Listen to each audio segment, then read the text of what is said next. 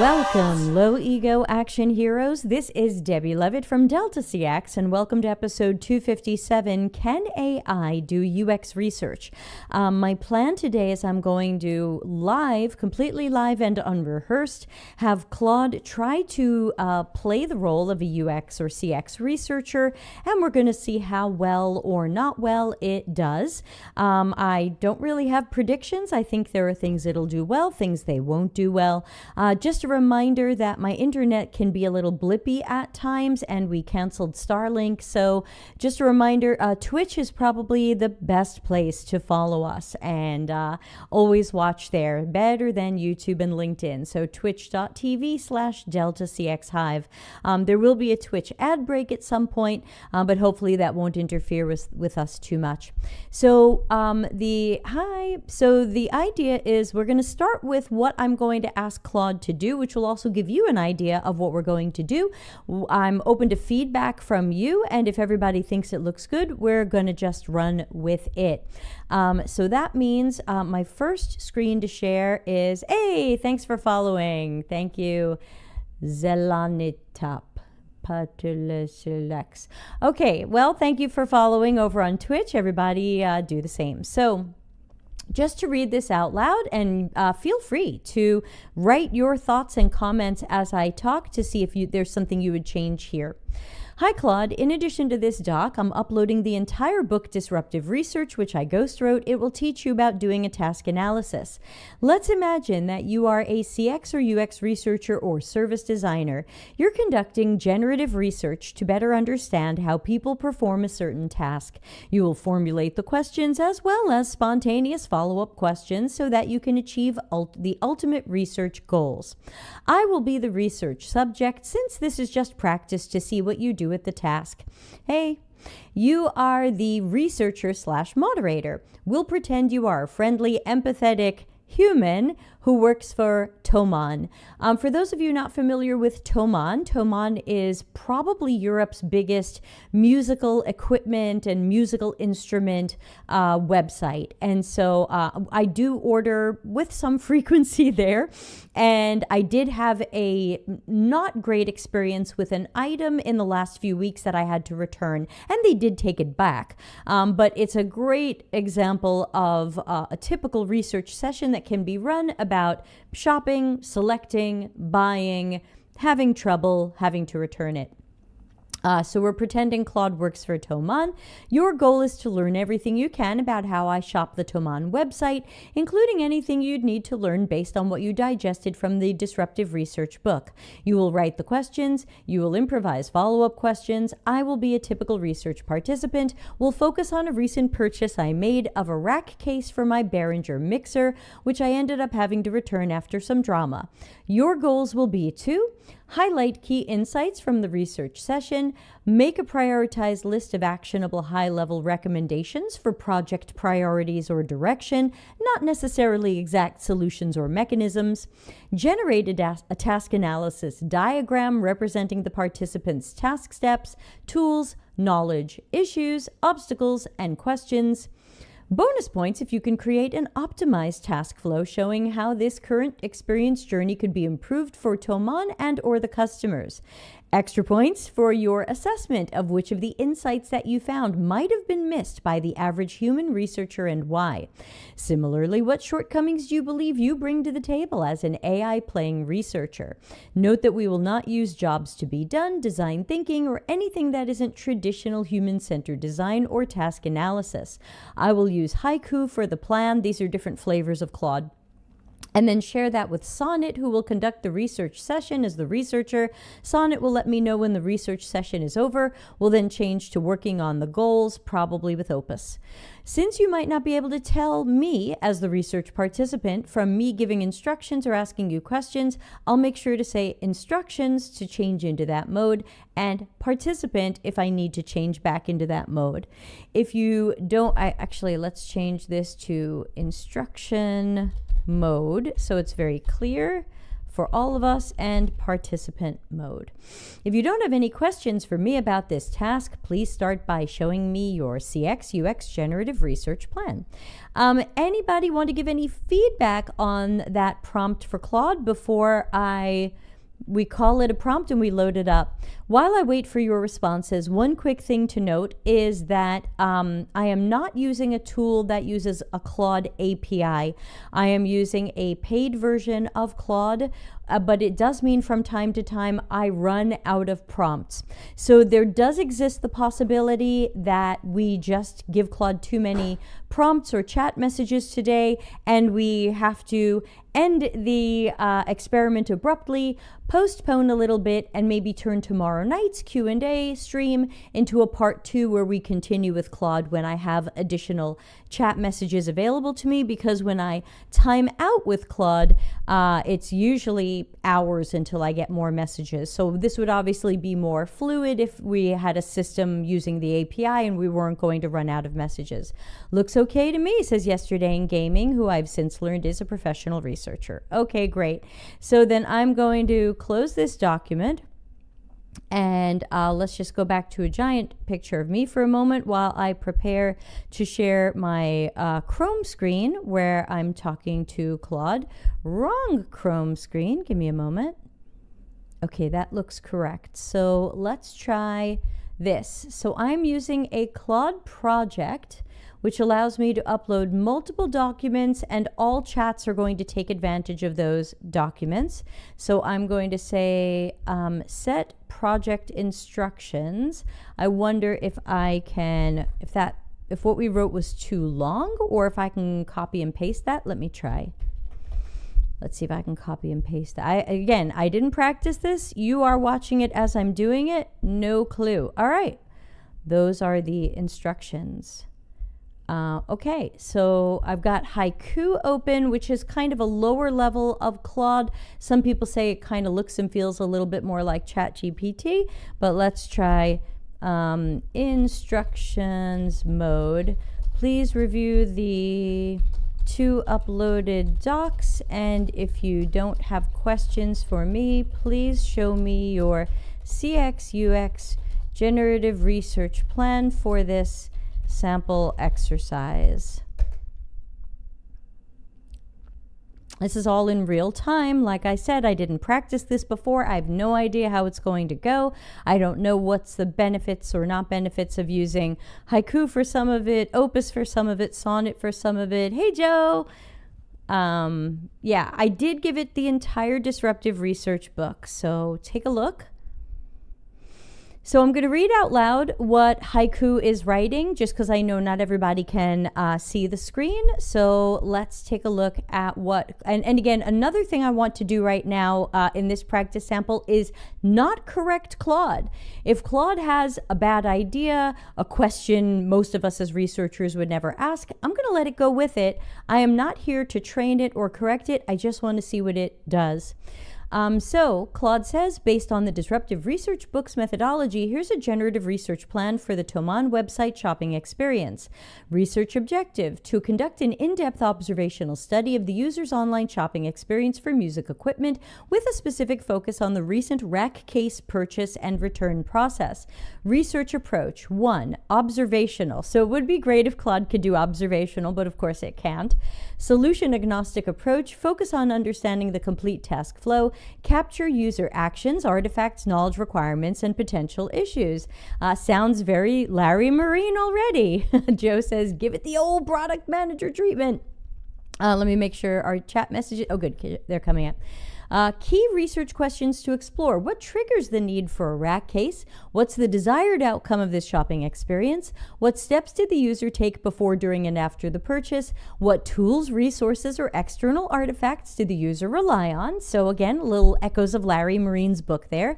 What knowledge gaps or challenges were encountered? But of course, if Claude does this well, it can't say to me, what knowledge gap did you encounter? It's going to have to write a better question.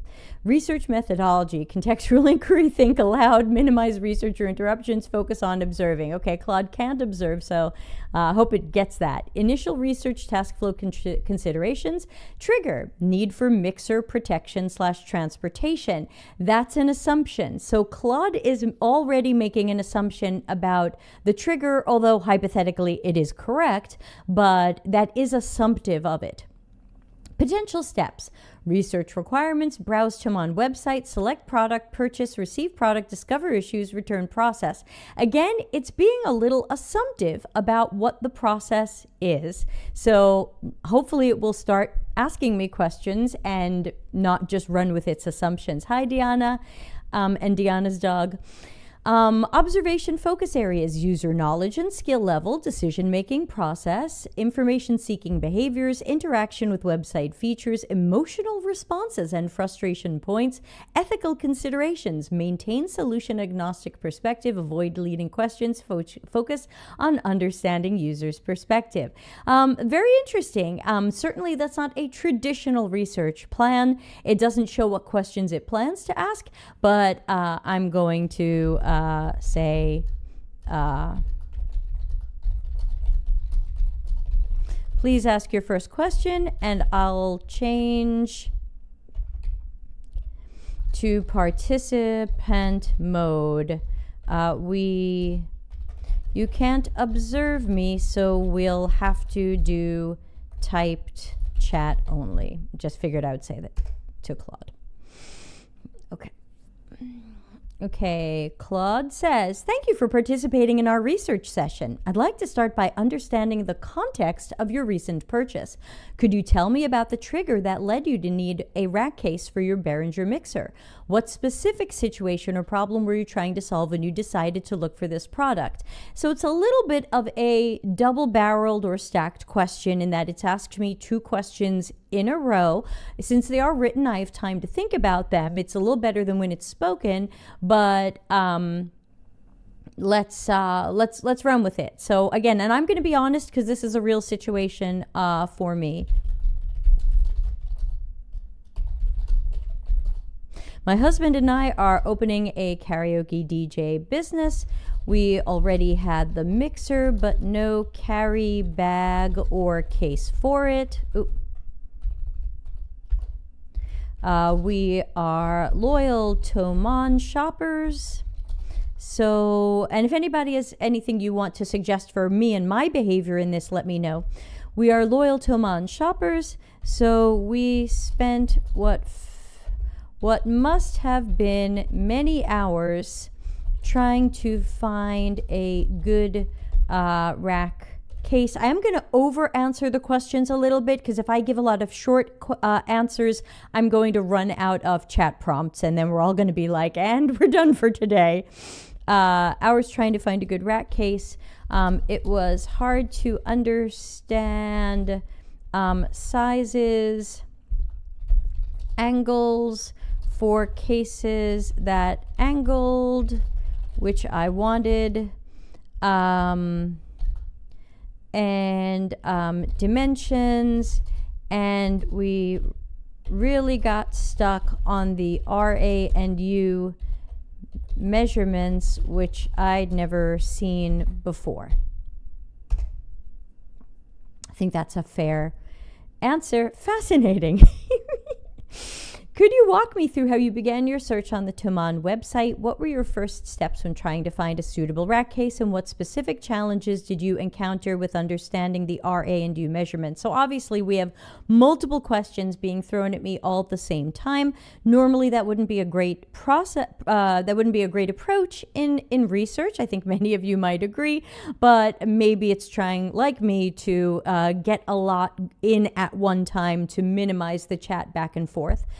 Claude says, I'm particularly interested in hearing about the process of translating your requirements into something you could find on the site and what tools or external resources you might have used to understand technical specifications. I started with a Tomon search for case Behringer, it's always hard to spell, Xenix X 1832 USB. That's my mixer model number. And I mostly got what looked like a tiny briefcase that would just fit it, but I wanted a traditional rack case since we will do DJ work, and it would be great to angle it plus have room in the case for some cables or equipment. We looked at a lot of cases but had trouble understanding their dimensions. That last paragraph will make a participant's eyes glaze over. Wait, just to remember, did you give it your persona as a buyer? No, I only said that we are here to discuss, maybe we don't have personas. I just said we're here to discuss an experience I had recently on the Thomann website, shopping for and then returning a rack case. That's what it's called.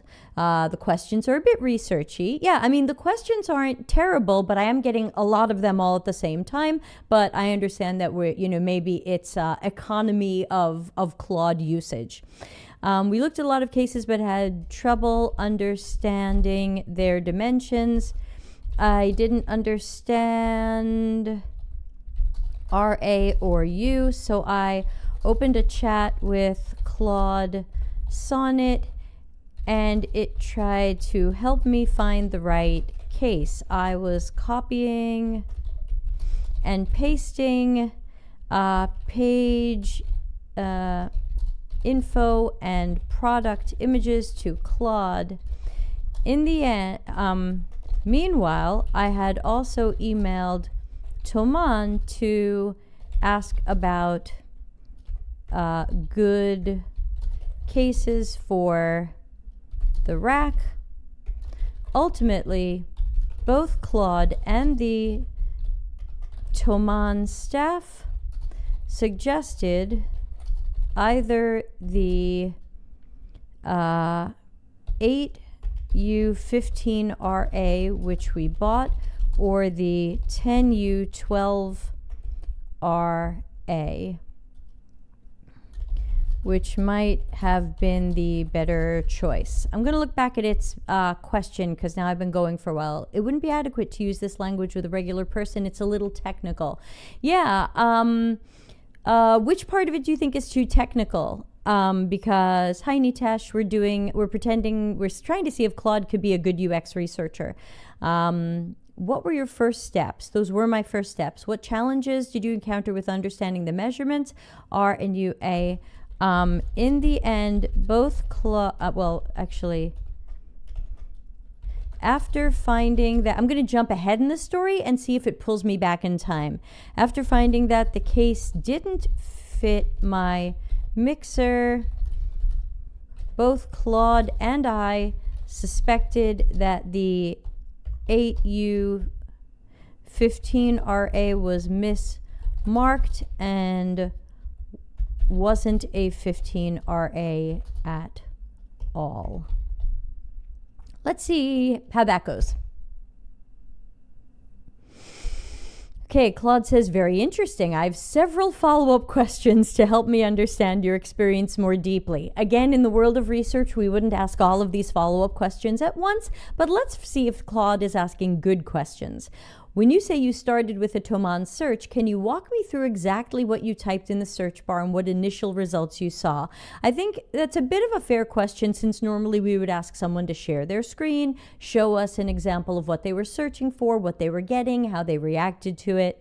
Number 2, you mentioned having trouble understanding dimension. Can you describe specifically what made dimensions confusing? Were there visual challenges, numerical challenges, or something else? Number 3, could you elaborate on how you determined the case didn't fit your mixer? What specific incompatibility did you discover? Number 4, it seems you used multiple resources during your search, the Thomann website, Thomann chat support, and an external AI assistant. Can you describe how you moved between these resources? What made you seek help from different sources? When you say copying and pasting page info and product images, what specific information were you trying to clarify or confirm? These questions will help me understand the nuances of your task flow and the knowledge gaps here. So Claude's giving it away a bit too much. We usually don't tell people why we're asking these questions. In general, I don't think these questions are the worst. Ana Lucia says, saying something like the process of translating your requirements. Depending upon who's in front of me, I could say something like trying to understand your needs instead. Yes, Yesterday in Gaming says all the questions are on the nose because it's looking for relationships between words in the person's response. It's casting a huge net to narrow down as much as possible. Okay, so let's answer some easy ones first. 5. I looked at Toman pages. I copied info and pasted to Claude, or took a screenshot of product specs and pasted to Claude so it could determine if the case might fit. I really didn't know what would fit and what wasn't, since this is my first time buying a rack case in my whole life. Let's see, number 3. We determined the case didn't fit when we installed the mixer in it.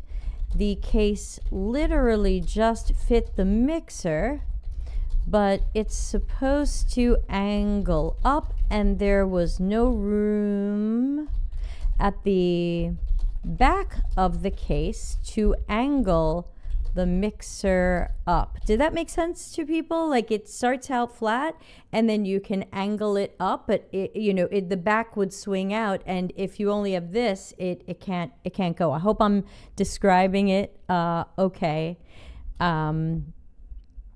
I took a photo of it, showed it to Claude, and Claude was like, oh no. You had trouble understanding dimensions. What made the dimensions confusing? Mostly it was the U and RA measurements combined with not understanding how deep or tall the mixer needed to be, given that I needed to angle something up. I knew the width would be fine since it's a 19-inch mixer, but I didn't understand the rest given the angle. Let's see what happens if I only answer 3 of the questions, what it does. Thank you for those detailed insights. Your responses reveal several key points about your knowledge requirements. You were a first-time rack case buyer with no prior understanding of technical rack measurements. You needed to accommodate a specific physical requirement, angling the mixer. You relied heavily on external knowledge sources to compensate for your knowledge gap. Claude is technically correct here, but of course we would not say this to our participant unless we felt we had to double check something. This is inside voice, as we say. Specifically, when you first typed case, Behringer, Xenix, blah, blah, blah, into the Toman website, what were your expectations? Did the results match what you were hoping to find? Can you describe the first few results you saw and how they compared to your mental model? Yes, given Toman's nice website and good reputation, I expected items to very clearly list the mixers they might fit. But late in my process, I also realized that might be unrealistic given the hundreds of items one rack case might go with. But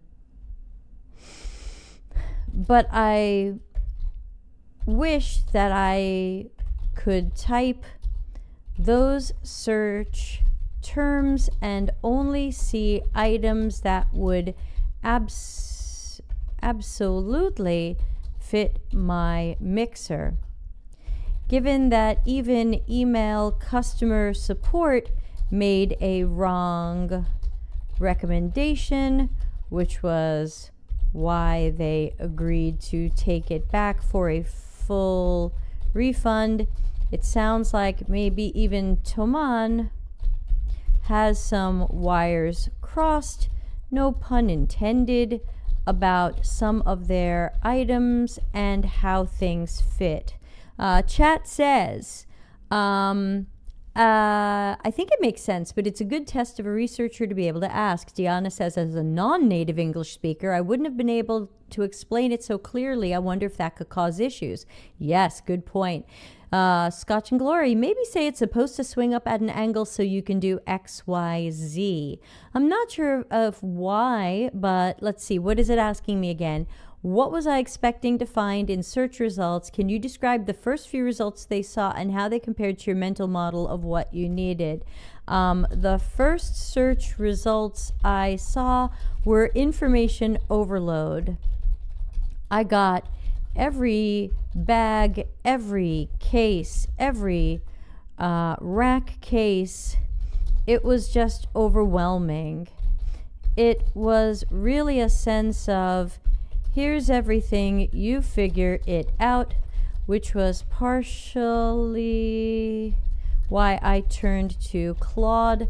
I also did some general Googling on the topic, but it was hard to find detailed information. I also watched a video on how to install my mixer in a standard 19-inch rack case. Ana Lucia says, asking a person to compare it to a mental model is too direct. Yes, exactly. Claude is using a lot of inside baseball and terms we would use, and it's speaking to me as if I know these things, and it should really speak to me in a different way. I agree. Referring to someone's frustration as a knowledge gap during a study is an interesting choice. Yes, Joe. Yesterday in gaming, it's likely confusing the fact that it's supposed to be in a simulation as a researcher and thinking it needs to use jargon. Yes, I do have my settings in Claude say that I am a CX and UX researcher and so on. So it probably is saying like, hey, she's going to know these words. So in another example, I might have prompted it to say, please don't use any research or UX jargon or words. Pretend I'm someone who doesn't know those. So maybe it went with that thinking I would know that, but we don't know. I just didn't prompt it. But lessons learned if anybody wants to try this with Claude. Joe says, I know we make light of empathy here. Yeah, I don't have my phone ready to set off the empathy dots, but bot human interactions making me reconsider that. Yeah, Claude does do an okay job emulating empathy, but in general, it told me it's programmed to not emulate empathy because part of its code of ethics is to not emulate aspects of humanity. Okay, I've sent my response, and here's what Claude says. Your description highlights some critical insights about the user experience.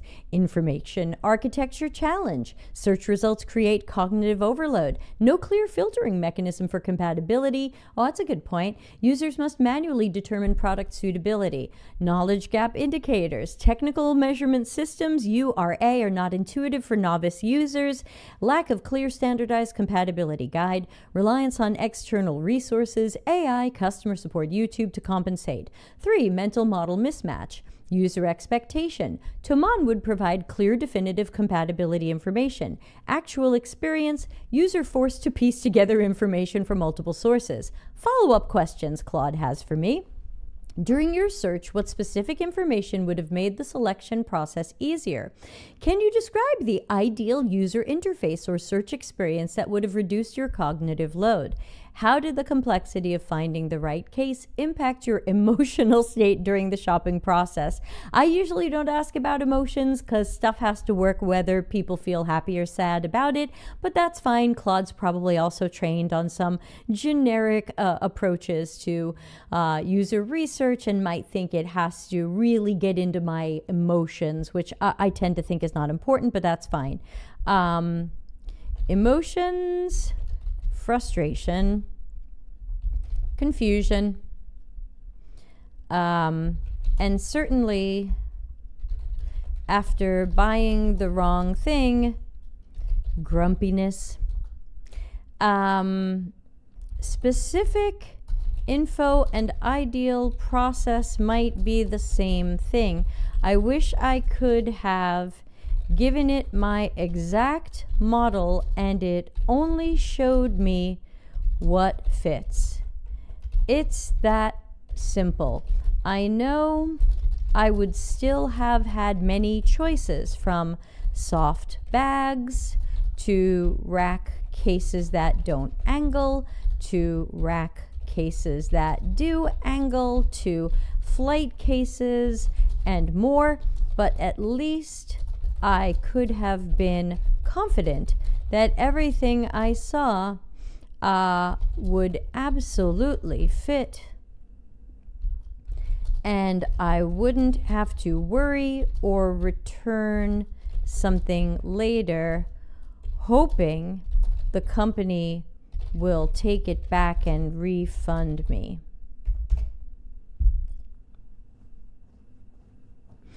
Claude says, these insights are incredibly valuable. Let me break down the key emotional and functional journey that you've shared. Insights that you've shared. Emotional journey. Initial state, hopeful and motivated. Starting a business. Search, so you can see it's going with a little bit of a customer journey map. Search experience, frustration and confusion. Post-purchase, grumpiness and disappointment. Core user need, a filter or search mechanism that allows precise model-based compatibility matching, which would reduce cognitive load, increase user confidence, minimize potential return and exchange scenarios, provide an emotionally satisfying shopping experience. Yeah, and there's a few more things I didn't tell it, but yes.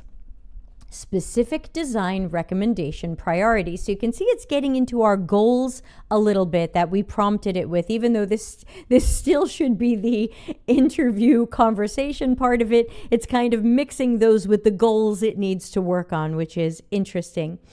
Specific design recommendation priorities. 1, implement a model-specific compatibility filter. Direct input of exact mixer model, guaranteed fit results, clear visual indicators of compatibility. 2, enhanced product information. Standardized compatibility matrices, clear dimensional specifications, visual guides for rack measurements, URA. Guided selection experience. Interactive tool helping users match equipment. Simple language explaining technical measurements. Potential compatibility wizard. I think it's gone a bit far into solutioning, but I did ask it for some high-level recommendations. I think it's gone deeper than that, but that's fine. This is an example and a test, and we'll see how we do. Would you like me to elaborate on how these recommendations align with task analysis? Okay, hold on. Instruction mode. Are we done with the interview, or do you have more questions? Notice I have 15 messages remaining, so we might run out of time today and Claude prompts. If we do, I promise we'll turn tomorrow's session into this, even though we got 2 questions for Ask Me Anything.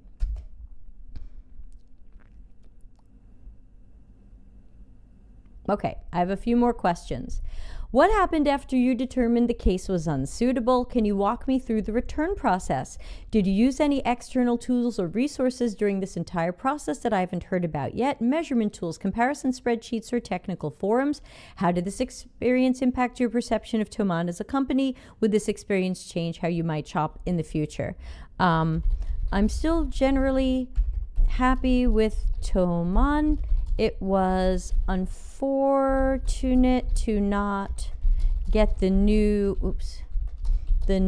case in time for our first gig, and my mixer is sitting in our house with a towel on top of it.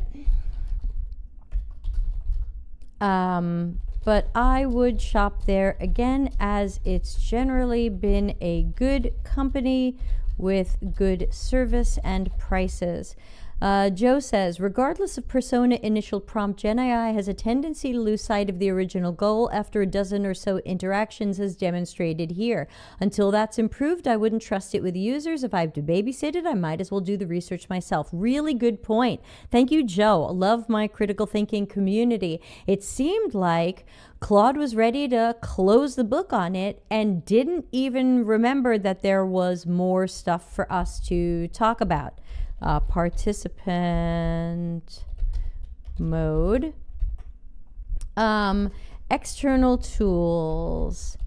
We got out our whatever is English for Italian metro to measure the case and the mixer to see if we had lost touch with reality.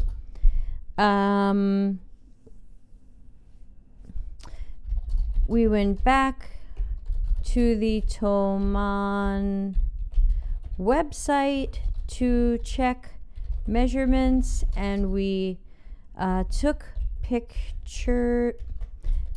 and asked Claude how this went so wrong. What happened after you determined the case was unsuitable? Walk me through the return process. I sent my photos and a description of my problem to Thomann, the same people who told me the case would fit. I suggested the case was mismarked as a 15RA as it lacked depth, and the mixer couldn't move or angle at all. They recognized their mistake and immediately agreed to take it back for a full refund. They sent a shipping label. We packed it and brought it to the post office a few days later. I received my refund in a timely manner. Chat says, I completely agree. Using AI to support our work and making our lives easier when possible is okay, but it doesn't replace researchers. And that's really what I wanted to see with today's experiment. Can Claude replace us, or where does it look like Claude is going to help us? Thank you for those additional insights. Let me synthesize, Claude says. Ooh, who's ready for that? Let me synthesize some key observations from our research session. Key insights. Knowledge gaps. Technical rack measurements U and RA are not intuitive for first-time buyers. Lack of clear model-specific compatibility guidance. Users rely on multiple external resources to compensate for information deficiencies.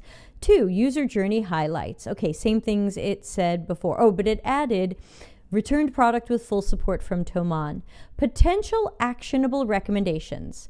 This looks pretty similar to before, so I'm not going to read it again. And it stops the interview just like that again, says Ana Lucia. Yes, it does. It says, would you like me to develop a more detailed task analysis instructions mode? You can, but I might also ask Sonnet or Opus to do that, but please go ahead.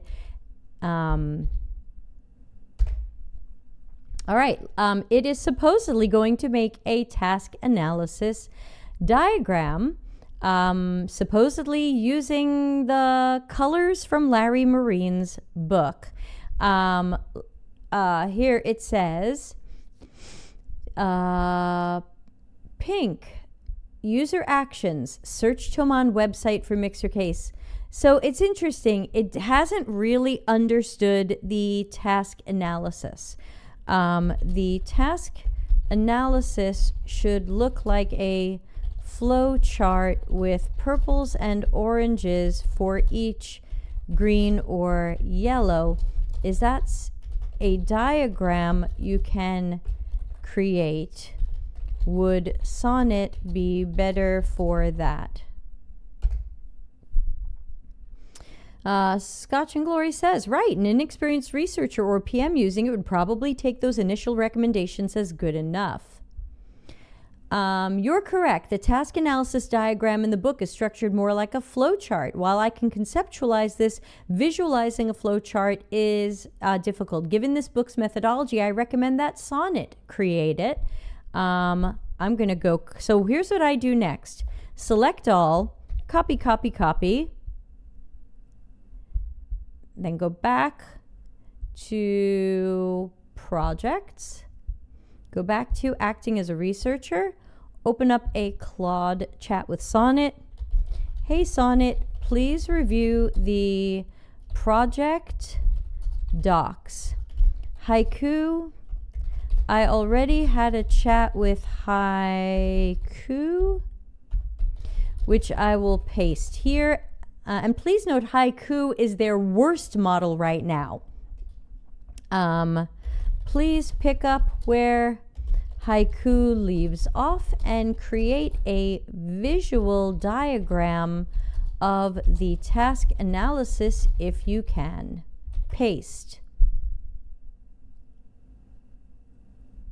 Send.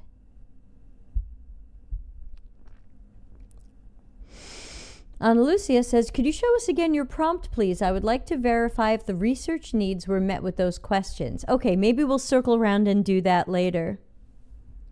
Oh, so it says, I cannot make very good diagrams yet. So here's what it tried to do. User, search Tomon for mixer case, artifact, mixer specs, issue, search results, overwhelming and clear. I can provide a structured text representation easily translated into a visual diagram using Miro or Figma. Can you write code that would create this diagram visually?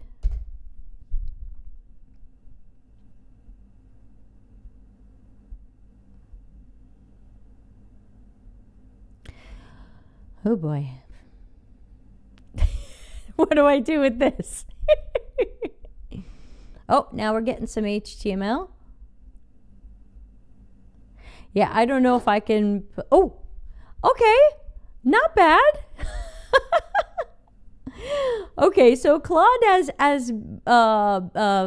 thrown its hat in the ring at a somewhat visual task analysis. Obviously, it's not completely following Larry's model, but it's probably not a bad start. Let's take a look at it. Search for Tomon mixer case. Artifacts, Behringer mixer specs. Larry would say that's right. I would have to know my mixer specs to be able to successfully search for a mixer a case that fits it. Artifacts are also the product listings that I got in the search results. But we have issues. Search results overwhelming, cannot filter by exact model. Now, in the Larry version of task analysis, issues are typically, I don't think they're necessarily used for the user problem statements, but I can certainly dig Claude including some sort of user problem statements like search results overwhelming, can't filter by exact model, though I'm not sure this totally matches Larry's approach. Next, Claude says, try to understand technical specs, U and RA measurements, product images, issues, measurements unclear, no visual guides for dimensions. User step, seek external help. Artifacts, screenshots, product links. Also, it's missing some things here. My external help included conversations with Claude. It included Google searching. So again, this is not a bad start, but it is definitely not everything. And I agree with what someone just said. I guess it was Scotch and Glory saying, a product manager or someone who's an inexperienced researcher might look at that and go, yep, task analysis, jobs to be done, we got it. But we're missing things here, missing information that I gave it. Now, on the positive side, I don't think Claude has hallucinated anything. I haven't seen anything here that is like, whoa, where did Claude get this? I didn't say that at all. I'm not yet seeing hallucinations, so that is a positive. And I find that Claude rarely hallucinates, so that's pretty good for at least the stuff I put in it. However, there's definitely stuff missing here, and it's stuff that I told it. So, for example, external help would have included Google searches, conversations with Claude. Consult Thomann support, email correspondence, I received an incorrect recommendation, that's true. Purchase recommended case, order confirmation, plus receiving the case. Receive and attempt installation. Measuring tape, yeah, it's, do you remember those measuring things that open up? It's technically not a tape. I don't know, I don't remember the English word for that. Mixer, yeah, the mixer itself. Case doesn't allow proper angling, no depth for proper positioning. These are true. Ana Lucia says, it's really high level and it lacks the detail a researcher should be able to provide. I agree. Document incompatibility, installation photos, suspected mislabeling, contact Thomann support, photos, problem description, process return authorization, return shipping label, pack and ship return, original packaging, which I didn't tell it. Okay, that's one thing I didn't I said we packed it up and we shipped it a few days later, but I didn't necessarily say the original packaging, though that is true. Process refund, refund confirmation, I still need a rack case solution. That is also an assumption. So the original packaging is an assumption, and I still need a rack case solution is an assumption because Claude didn't ask me if I ever sorted this out, or if I ever got a replacement, or if I got that replacement from Thomann or bought from somewhere else, maybe because of frustration with Thomann. So we missed that. Let's say, based on the original goals text doc in the project, is there, what else can you give me to satisfy those goals? And I'll close this diagram right now. Let me address the remaining goals from the original task. Key insights beyond what we've already captured. So Claude's adding to it. Whoa, now it's doing an optimized purchase flow. Let's see what it does. Who's more excited than Ana Lucia right now?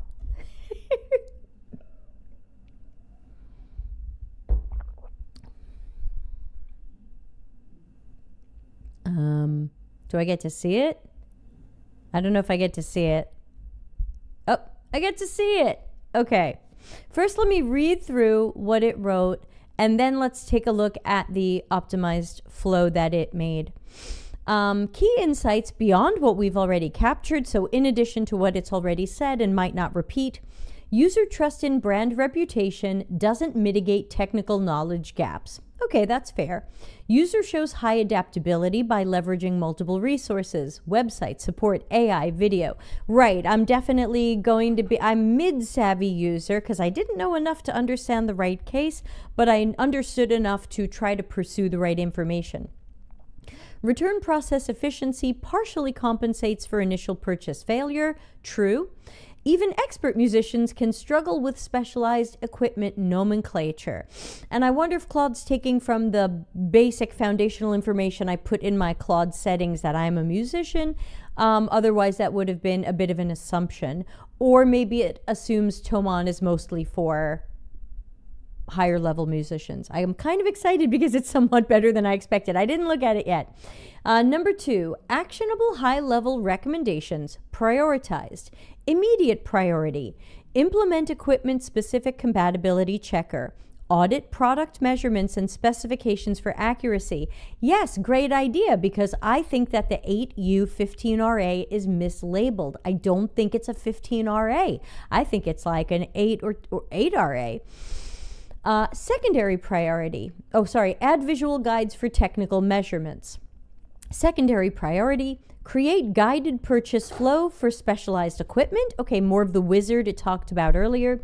Enhance search filtering capabilities. Develop interactive measurement visualization tools. Okay, like what, an AR thing where you take a picture of your mixer and it goes, oh, you need this? That would be cool. Future consideration. Build compatibility database across product categories. Implement AR or 3D visualization tools. Okay. Create proactive support interventions for complex purchases.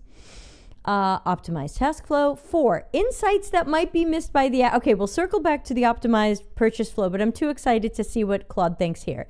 Insights that might be missed by the average human researcher. The significance of emotional investment in brand loyalty despite purchase failure. Disagree. I think most of us in the watching this video right now, if you're a researcher, you would have picked up on that. Second thing it thinks humans might miss, the complex interplay between different knowledge sources, AI, support, measurement tools. I don't think so. I think at least a mid-level researcher or service designer would have picked that up. 3, the next thing it thinks a human might miss, the impact of technical terminology on user confidence levels. That's interesting. I wonder if we would have made the association between confidence and the technical terminology. I'll give that a maybe. I'm not sure I would have made that connection. Some of you would have, some of you would have missed it. The relationship between product complexity and support channel utilization. I'm not sure what that relationship is. AI researcher shortcomings, cannot observe nonverbal cues or emotional reactions, limited ability to pick up on subtle contextual cues, cannot physically interact with products to understand dimensional challenges, may miss cultural or regional nuances in shopping behaviors, cannot spontaneously adapt interview style based on participants' emotional state. And yeah, can also not observe me saying, hey, let me open up Toman and show you how I did this. So not only can it not observe me, but it can't observe my experience. Let's take a look at its optimized purchase flow. Now, just to make this easy for us to say out loud, because not everybody will see the screen, I'm just going to read the steps in the order in which they think it will happen, just to hear what that flow sounds like first, and then we can go back and look at what it thinks are some of the specifics. So let's see, Joe says, I agree. It didn't specify the kind of correlation. If it's insinuating that technical language may be a barrier or reduce confidence, that sounds really straightforward. Yeah, it was gobbledygook. Okay, no problems. So let's see what it thinks an optimized task flow will be. And I'm going to say user step if it's a green sticky note from Larry's task analysis and optimized task flow model. And I'm going to say system step if it's something that the system would do that the user would technically not have to be a part of. User step, enter mixer model. System step, generate compatible products list, display filtered results. User step, select usage requirements, such as usage scenarios. System step, refine recommendations, show best matches. User step, review and select a case. System, verify compatibility. I guess double check that the user picked something that will fit. User step, complete purchase. System step, process order. And then in some of the additional stickies, it has kind of transposed some of the high-level priority things that it recommended onto the the optimized task flow. It put them as purples, and all in all, I think it's interesting. I could see how it could be helpful or something that could double check some of our work or give us a couple of ideas we might not have had. I definitely still think that AI does not replace a human researcher. Some of those questions were not quite right, and there were definitely some flaws here. And of course, this would be the perfect type of research to do as an observational thing, where we say, share your screen, show us how you did those searches, show us your Claude conversation, show us your Google searches. Yesterday in Gaming says, to be fair, we're using a general purpose product. If anything, this suggests that general AI tools aren't specialized enough to be used for research without modification. Instead, we should compare this to a purpose-built chatbot, one designed, trained, and refined by humans for a specific task. Do you know of one? And Joe says, in its defense, the insight may be domain specific. Maybe it's obvious to me, someone who has worked on products for seniors, versus someone who works on big tech products.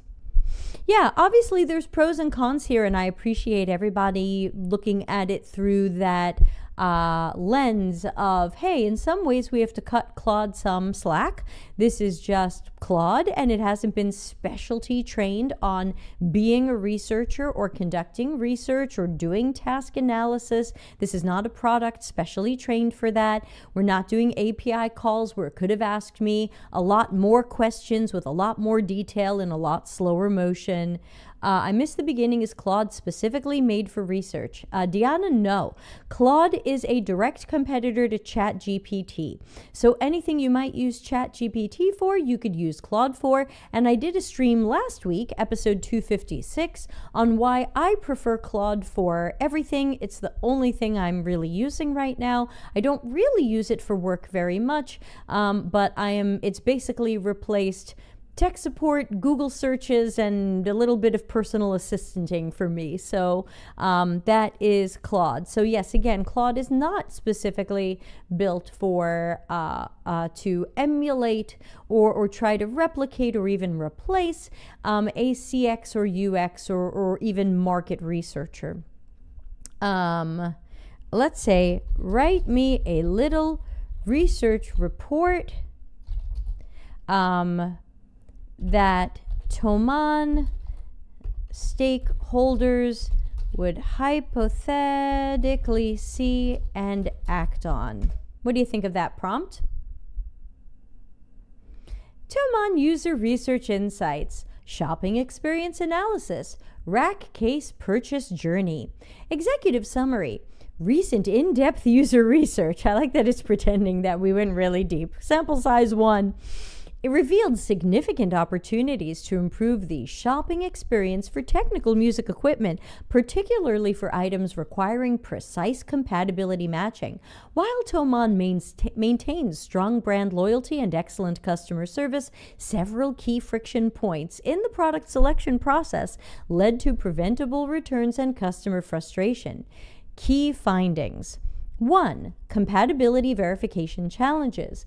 Users struggle to confidently determine, now they're saying users, they only met one, so Claude is pretending here. We don't know what this would look like if we had Claude interview a bunch of us and then combine that data. Users struggle to confidently determine product compatibility even with accurate product specifications. Technical measurements like U and RA are not intuitive for many customers. Even expert musicians face difficulties with specialized equipment nomenclature. Current search and filtering tools don't effectively support model-specific compatibility checks. 2. Knowledge gaps. Yesterday in Gaming says, yeah, I don't think those tools exist yet. Okay, so Yesterday in Gaming says, go use the tool made for this. Oh, wait, it doesn't exist. Okay, no problem. 2. Knowledge gaps. Users require multiple information sources to make purchase decisions. Technical specifications lack contextual explanation. Not sure. Visual guides for measurements are insufficient. Well, I had no visual guides, so, I don't know if I need that. Product compatibility information is not easily accessible. That was true. Joe says, this may seem like a far-fetched use case, but it's already difficult to get research tools. I find it hard to believe companies will invest in AI research tools. They'll stick to what they have, likely a Gen AI solution like ChatGPT. We're making it right now. Yeah, look, I would love to make something like this, or would I? My love for making stuff would love to make it, but then it puts us out of business sooner, so maybe I wouldn't love to make this. Okay, Claude recommendation number 3, support channel utilization. Users seek verification through support channels, chat, email, external resources. Support staff occasionally provide incorrect compatibility guidance. Customers create workarounds to verify compatibility. Screenshots, measurements, external consultation. Yeah, I love seeing workarounds in there. It's very Larry Marine. Business impact. Preventable returns due to compatibility issues. I like the idea of a business impact section. Everybody, let's pay attention. Preventable returns due to compatibility issues. 2, increased support channel usage. 3, delayed customer projects due to incorrect purchases, which I didn't tell it, but is possible. 4, potential loss of sales due to customer uncertainty, which didn't happen here, but is possible. So I think those are fair to say. Okay, Claude's recommendation broken into high priority and secondary priority. High priority. Implement equipment-specific compatibility checker. Allow direct model input. Provide guaranteed compatibility matching. Include visual size comparisons. 2, enhance product information presentation. Add visual guides for technical measurements. Include interactive 3D models where applicable. Provide installation previews. 3, improve search and filtering. Enable model-based filtering. Add compatibility scores. That's weird. To me, it's kind of binary. Either it fits or it doesn't. I'm not sure I need a score. But okay, that's Claude's idea.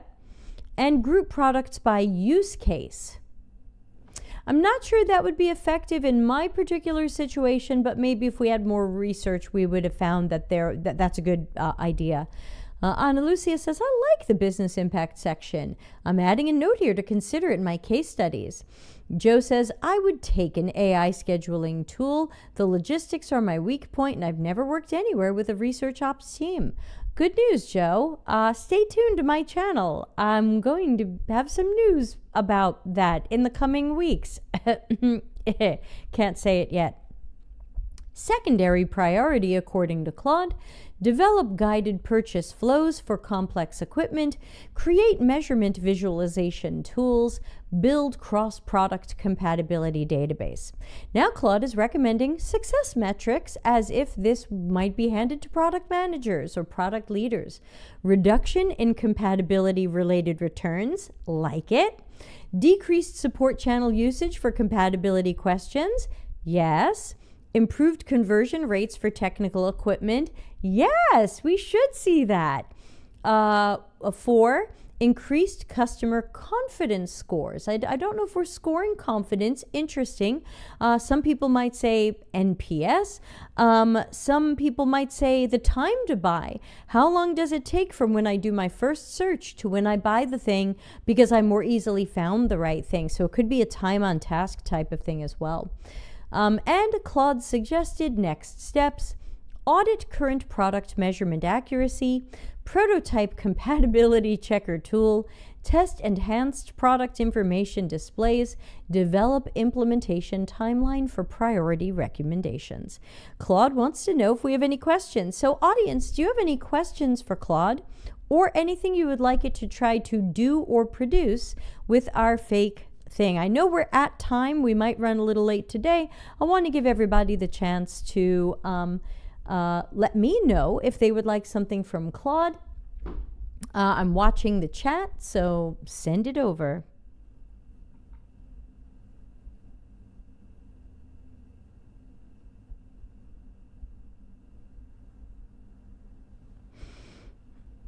Anybody?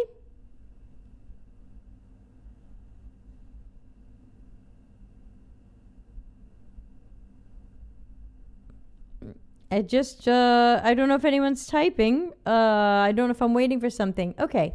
Can you ask it to align the recommendations? Align them with what? Oh, 2. Sorry. Can you ask it to align the recommendations? Okay. Could you please align your recommendations with the mentioned or additional success metrics? You got it, Joe. Anybody else put your questions in? Otherwise, we'll wind up the stream after this one. Oh no, it gave sample. Oh wow, well, okay. These numbers are too high. Anybody who's ever worked with success metrics know that you don't immediately promise the business 30% increases, 40%, not even sometimes 10% increases. So this is definitely, this made me think that it's not understanding the question. Joe, can we re-ask it again? So, oops, that's not what I meant.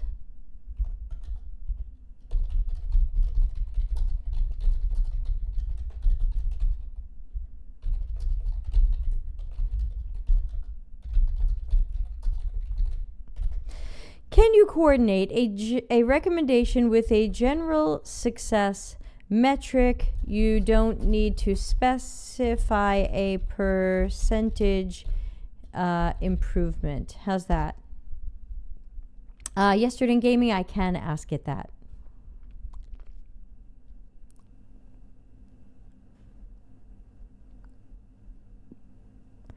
It's thinking. Here we go. Joe, this is looking better. What do you think? Here's each recommendation paired with a relevant success metric. Implement equipment-specific compatibility checker, measured by reduction in compatibility-related returns, supporting metric, decrease in support tickets about fit and compatibility. Enhance product information presentation, measured by reduction in pre-purchase support channel usage for measurement questions. Supporting metric, customer confidence ratings during purchase process. So that's not something, that may or may not be something your company's collecting now. Improve search and filtering, measured by time to successful purchase completion. Hey, that's what I just said. Supporting metric, cart abandonment rate for technical equipment. Joe says, yeah, much better. I usually align tactical research recommendations with metrics and org strategy in my share outs. Yeah, this is not bad.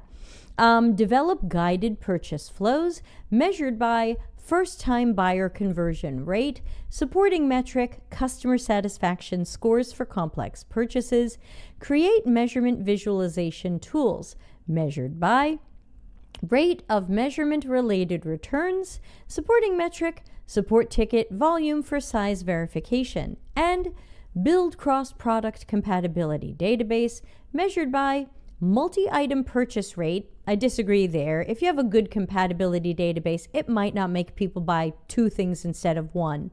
So, not great, but in general, not bad. For yesterday in gaming's question, I'm going to go back to the conversation we had with Haiku so that Haiku can answer for itself. Hey, Haiku. Can you tell me, instructions mode. Hey, Haiku, can you tell me why you decided to use so much technical jargon when asking me questions?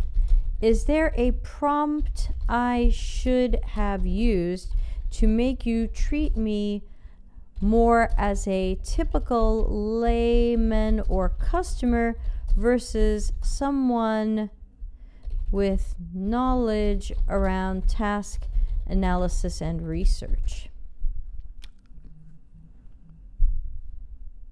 It takes some critical thinking, but these are good ideas to start from. Yeah, agree, Joe. I think it did a nice job there. Haiku is thinking. Oh, my internet might be blinking. Okay. You're right to point out the overly technical language. The approach I used didn't align with the core principles from the Disruptive Research book, specifically the section about avoiding leading or complicated questions. Hey, I learned a thing and then I didn't do it. Oops, you got me. Larry Marine emphasizes in the book that researchers should use conversational natural language, ask questions that feel like a friendly chat, not an interrogation, avoid technical jargon, focus on understanding the user's experience, not demonstrating research expertise. Oops, I was showing off. A better approach would have been to use simple, straightforward questions like, can you tell me about buying this mixer case? What made you decide to look for a new case? What was frustrating about finding the right case? Still a little leading, unless I've just indicated frustration. The goal is to make the participant feel comfortable and encourage them to share their natural experience, not to sound like a technical expert. The book specifically warns against questions that use complex terminology, feel like an exam, make the participant feel they're being tested. So, no specific prompt was needed, just a more human, empathetic approach focused on listening and understanding, not displaying research knowledge. Diana says, can it be prompted to use simple language? Yeah, I mean, basically it's saying, oops, my mistake. I didn't even use all the techniques I had available to it. So I could have said use simple language, but honestly, I wanted to not tell it too much, throw Larry Marine's book at it, and see what it would do. So remember, it has the knowledge of all of Larry Marine's disruptive research book, which it digested in seconds. How did you feed it book data? I fed it the PDF of the book, because if you go to your project, you can upload documents related to a project. So Claude has projects where multiple chats will use the same documents as foundational information. And you can add to those documents later, but I fed it the entire disruptive research book as a PDF. Joe says it's interesting that you asked it for a prompt and it still didn't provide one. Yeah, it's basically saying, oops, I messed up. I should have done a thing and I didn't. If I wanted to prompt you to have used more of the researcher style recommended in the book, what could I have added to my text file prompt? Yeah, this was really good. We wanted to test the waters and not prompt too much. Agreed. That was the right approach. Okay, it is writing me a prompt. Research interview approach based on disruptive research methodology. Disruptive research being the name of Larry's book. Use conversational natural language. Ask open-ended questions that encourage storytelling. Minimize technical jargon. Focus on understanding the user's natural experience and emotions. Avoid leading questions or assumptions. Prioritize understanding the user's task flow and knowledge gaps. Use follow-up questions that explore triggers for the task, desired outcomes, emotional journey, tools and artifacts used, challenges and obstacles encountered. Maintain a solution-agnostic perspective. Listen more than you speak. Allow the participant to guide the narrative. Probe gently for deeper insights without interrupting user flow. Looking back on some of the questions you asked, what were some mistakes you made, and how do you wish you had asked those questions, considering our new and improved prompt?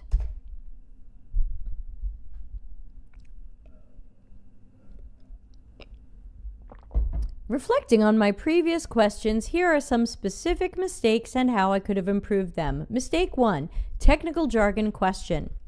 Can you walk me through how you began your search on the Thomann website? What were your first steps when trying to find a suitable rack case, and what specific challenges did you encounter with understanding the RA&U measurements?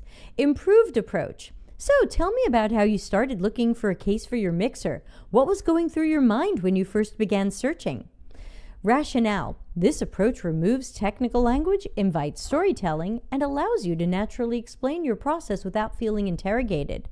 Mistake number 2, overly structured follow-up. Original. A list of very structured, almost clinical questions about dimensions and measurements. Improved approach. What felt difficult about finding the right case? Can you walk me through what that experience was like? Rationale. This allows you to organically share challenges without being led by specific technical inquiries. Mistake 3, emotionally distant research style. Questions that felt like a technical audit rather than a human conversation. Improved approach. This sounds like it was frustrating. How did looking for this case make you feel? Okay, wrong. Everybody in the room knows. We don't do that. We shouldn't do that. I don't think Larry's book recommends that. I don't know where it got that. Oh, you're stuck in the ad. Sorry. It does show ads.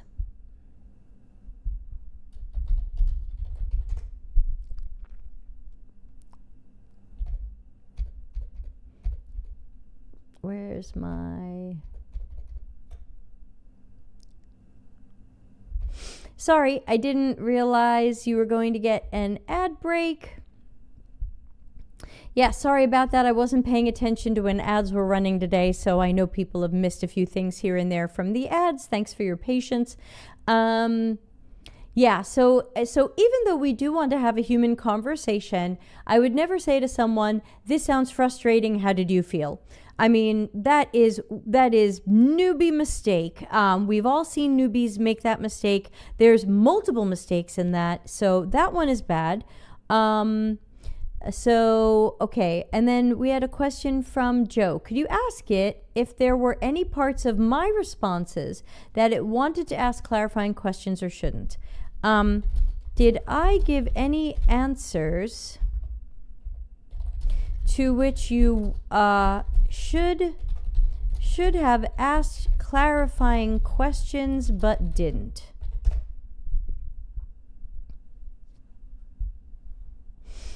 Excellent reflective question. Let me review your responses and highlight missed opportunities for clarification. By the way, everybody, don't forget to join our Discord community. It's totally free and it's active and it's growing. And I'm so excited about it because I've been so sad to see our Slack community go down to almost nothing. The action is on Discord. So come and join the Discord. dcx.to has all the links to our community and books and articles and everything. So make sure you're part of the community. When you said we are loyal Thomann shoppers, I should have asked, what makes you loyal to Thomann? Can you tell me about your past experiences with them? Maybe, if that were part of the original research goals, maybe. When you mentioned we already had the mixer but no bag or carry case, I should have followed up with, what made you decide now was the right time to get a case? How are you planning to use this mixer in your new business? These questions would have helped me understand the trigger and context more deeply. Agree. Most critically, when you described getting help from Claude Sonnet and emailing Thomann, I missed asking, why did you reach out to multiple sources? What made you feel you needed additional help beyond the website? These questions could have revealed more about your information-seeking behaviors and knowledge gaps. In your return process description, I didn't dig into how did the return process make you feel about Thomann. Again, I pretty much never ask feeling questions, but there you go. What would have prevented this return from happening? These could have uncovered deeper insights about customer experience and potential service improvements. Anybody have any other questions? Yes, Claude speaks almost every language on the planet. Other than small regional dialects. I don't think it speaks Galurese. Claude, if you speak Armenian, please say hi to my low ego action heroes community.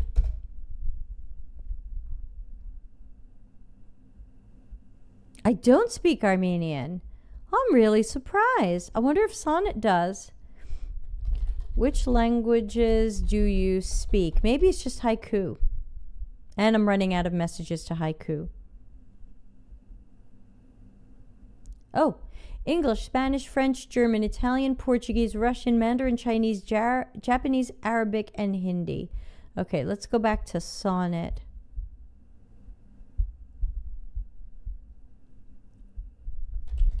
Hey Sonnet, do you speak Armenian? I do not. I can engage with text in Armenian if presented with it. I don't have fluency or cultural understanding of Armenian. I'm curious what made you ask about Armenian. Diana, I apologize if that is not your language, but I thought it might be. Well, why did you ask? I don't have native level fluency. I can process and engage with multiple languages, but aim to be upfront about my capabilities. Okay. It is one of them. Okay. So, do you want me to ask it about another language, or do you want to see it operate in another language?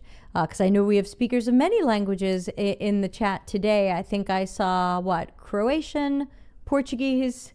For work, I mostly need Dutch and Flemish. Oh, did Haiku said they do Dutch and Flemish?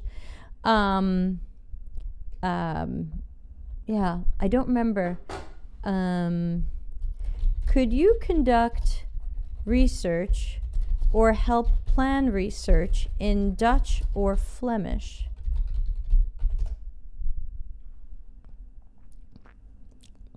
Yes.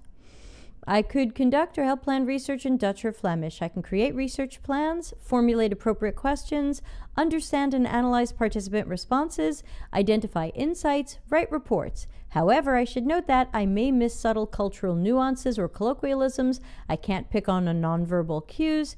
My Dutch-Flemish knowledge is more formal and academic rather than casual and conversational. I aim to be transparent about my limitations while still offering competent research capabilities. Would you like me to draft a sample research question or plan in Dutch or Flemish? So there you go. I do work with Claude sometimes in Italian, and it's pretty good with Italian, but outside of the languages it listed, I don't know how well it does anything. Nope, ha ha ha ha. Yeah, so it sounds like you can do it in addition to it probably having wider fluency in the 11 languages that it mentioned. By the way, I should have done a giant hashtag not sponsored at the beginning. I pay for Claude. They don't pay me. I'm not saying use it or don't use it. I'm saying I happen to personally like Claude, but that's a recommendation that might change as time and tools change. So always check in with me to see who I recommend, because I am not for sale. I don't have sponsors. I'm only recommending to you something that I use. Yesterday in Gaming says, can you ask it if it were possible that AI could, okay, do you have a sense of when a tool as capable as you might replace potentially all of the work of a CX or UX qual researcher?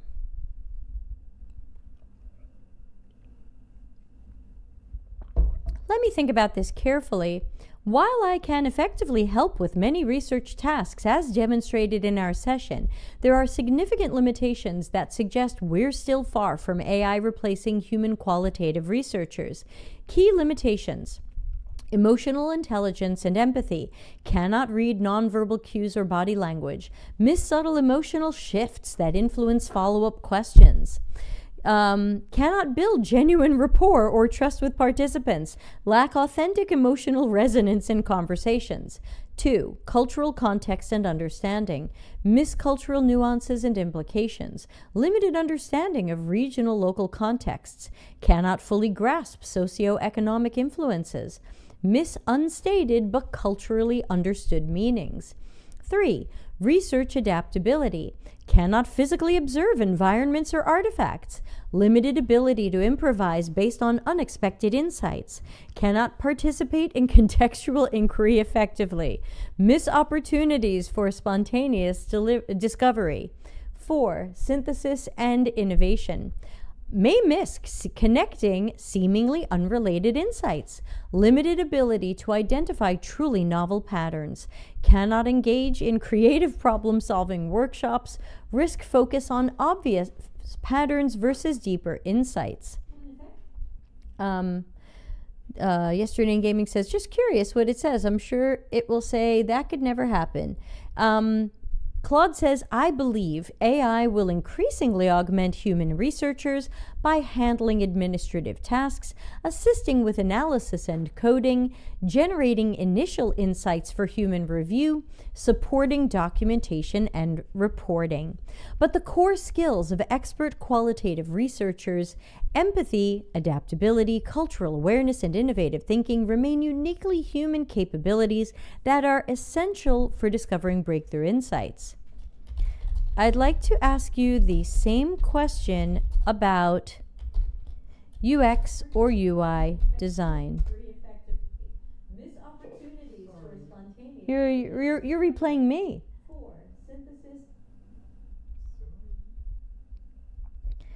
I'll be sure to recommend a chat-based AI if anyone asks how they conduct the most cumbersome, unpredictable survey. So what does Claude think about whether or not it can do a good job with UX or UI design?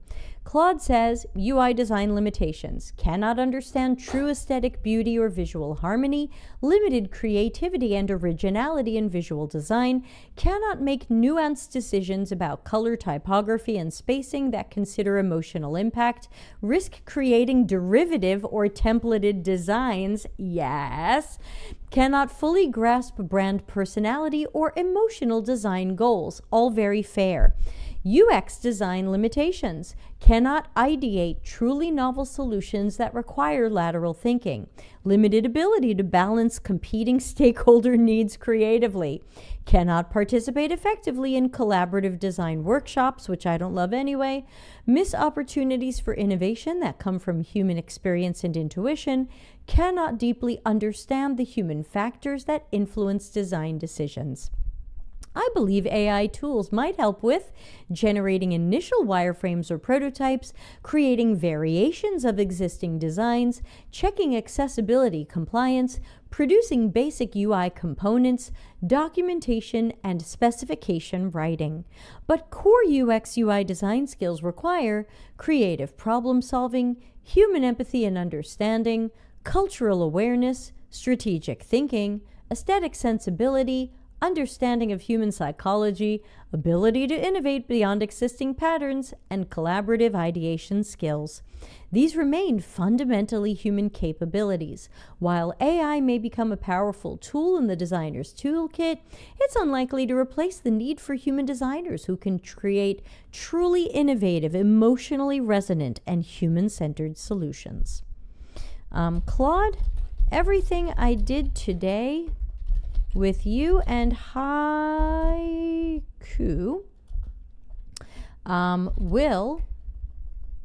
is a YouTube video. Can you please write a lengthy summary looking at some of what we did today, including these last interesting can or should AI do it questions.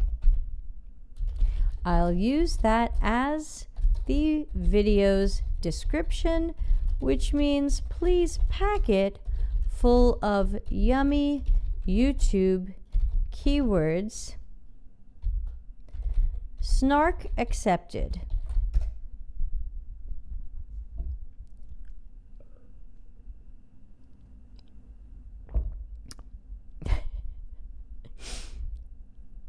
Journey into AI-powered UX research and design. Can Claude replace human CX UX professionals?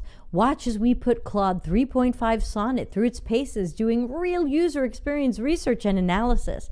In this fascinating experiment, we conduct a proper generative research interview about shopping for music equipment on Thoman's website, complete with task analysis, diagrams, research insights, and business recommendations. No jobs to be done or design thinking here. Just good old-fashioned human-centered design and task analysis. But can AI really handle the nuanced work of UX researchers and designers? We push Claude. This is a fun description. Oh, look, it's plugging Larry's book at the end. Oh, too cute. Keywords for the algorithm gods. Please enjoy this. Hold on. Does everybody see this? Keywords for the algorithm gods. I like this. We test Claude's language capabilities. Spoiler, it claims it can do Dutch research but not Armenian. And debate when AI might replace human UX professionals. Spoiler, not anytime soon. I enjoy Claude's sense of humor. I might be alone. The algo gods must be well, I asked it for that. Want to learn more about proper UX research and task analysis? Check out Disruptive Research by Larry Marine, and it linked to my website. Disclaimer. No human UX researchers were harmed in the making of this video. Unfortunately, I don't think executives care about that. It seems all that matters is saving money at all costs. I agree. I still think UX professionals should not be replaced. I believe some of our work can now be augmented by AI in the way that it couldn't be last year or the year before because it was too flawed, too hallucinating, too effed up. It's much better now, and it's going to keep getting better. But I agree that it is still far from replacing us. I'm going to click copy, and that's going to be this episode's YouTube description. I hope everybody had a super time. I want to tell you quickly about what's coming up on this channel. Tomorrow is our usual Q&A AMA. I have a couple of questions already, but if you want to send in your questions ahead of time, there's a link on dcx.to. That's got all of our links, books, articles, videos, communities, Patreon, Blue Sky, you name it. And so Q&A is tomorrow. We're also going to have a co-working stream that normally starts at 3 p.m. Italy time. I'm going to have to start it a little bit later since I'm conducting a human research session tomorrow that will only be ending around 4 p.m. my time. So I will start the co-working stream a little bit late. And then, if I'm around Friday afternoon and doing some work, I might do another co-working stream. And then, of course, Saturday night karaoke. Next week's Take Action Tuesday, because this is Take Action Tuesday. Next week's Take Action Tuesday is going to be security and privacy. I think that's a topic on a lot of people's minds, especially with the changing of the politics scene over in America, one might say.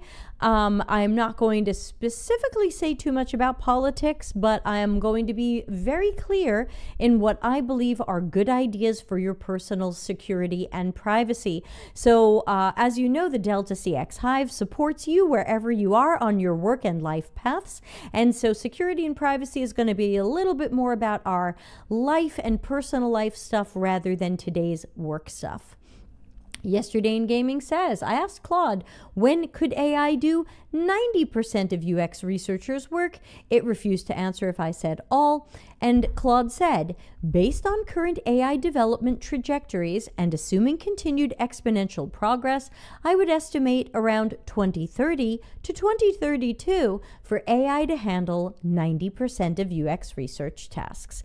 And that's why I keep saying, everybody say it with me, life after tech. You might not leave tech now. You might have no trouble getting tech work now, and I support you, but chances are tech is not going to carry us through retirement. Please, please check out my Life After Tech book. Your Claude hasn't read Disruptive Research yet. It doesn't know. That's right. Please, don't send it these things. Take that for what it's worth. I think that could be a reasonable thing. I don't think AI is going to take qual researchers' jobs next year. 2026 would be next year. I'm talking to you in January 2025. But could I see a much better Claude and well-trained Claude, and especially if they start training these on us, the people in the chat today, Joe, Diana, Yesterday in Gaming, Ana Lucia, me, who else is here? If it really started training them on us, and I know, and someone sent me a private message today showing me that ChatGPT was trained on my Medium articles.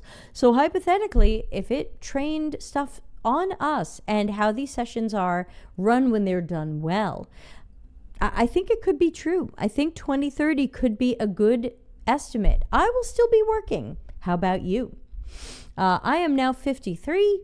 And so in 2032, I would be 60. I will still be working. Might be a little more wrinkly.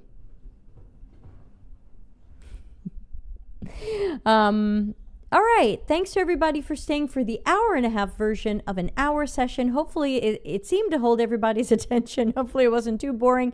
The video is archived on YouTube. I'll go paste in this description of it.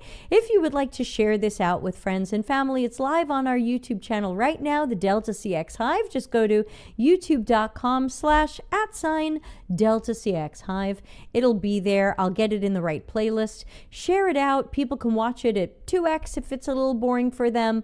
And I think this was great. I think this is also a great baseline because we could come back to Claude or another tool in 6 months or a year and run it through the exact same thing. We could give it the exact same prompt. You're the researcher. I shopped Thomann for a rack case and had an effed up experience. Go. So I'm going to save that file with that prompt, and I think it would be a great idea to compare apples to apples and do it again, either with Claude or other systems, another time. So thanks everybody. Hope to see you in our other upcoming streams, and certainly for next week's Take Action Tuesday about personal security and privacy in an age of what might feel like lack of security and privacy. All right, I'm going to press the end show button and hope that it works. Thanks, everybody. Bye.